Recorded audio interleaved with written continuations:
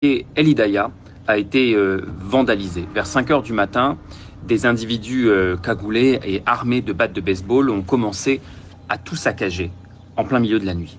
Alerté par le bruit, le gardien de la mosquée est sorti et les courageux assaillants sont partis en courant comme des lapins.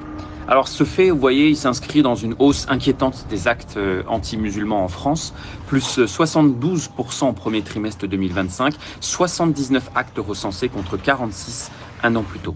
Alors oui, je vous le dis, ces gens-là trouveront toujours des gens comme moi, et peut-être d'autres, qui viendront protéger et aider nos compatriotes musulmanes et musulmans. Il va falloir se serrer les coudes, parce que j'ai bien peur que les raslards continuent leur ratonnade, aidés par des rotaillots et des CNews en puissance.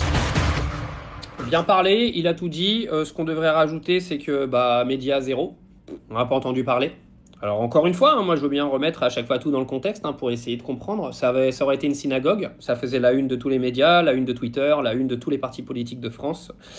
Ça aurait été une église, ça aurait été pareil. D'accord. Ça aurait été dire, ouais, regardez, les musulmans sont anti-chrétiens, ils veulent tous se remplacer les chrétiens, blablabla. Bla, bla, bla, bla. Là, pas un mot. Donc en fait, on est dans un pays où vous avez des femmes musulmanes qui se font arracher leur voile et qui sont crachées dessus et qui sont tapées dans la rue.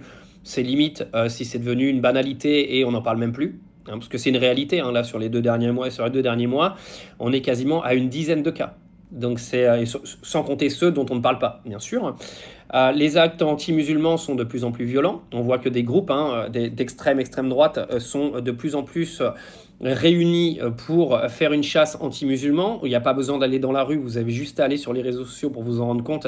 Mais à un moment donné, ça se verra dans la rue, parce que au fur et à mesure que tu laisses monter la sauce, que tu laisses CNews monter la sauce, que tu laisses des partis politiques continuer d'augmenter les problèmes, ça pètera. On ne sait pas en quelle année encore, ce sera sûrement avant la fin de la décennie, surtout avec les élections qui arrivent en 2027, mais ça va péter.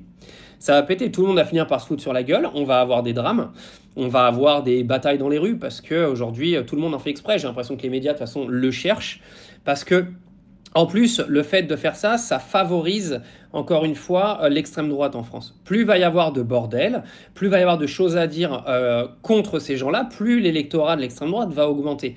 Les extrêmes, de toute façon, dans les pays, augmentent en fonction du bordel que tu as dans la société.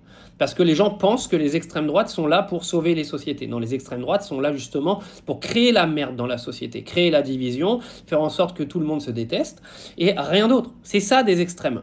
D'accord?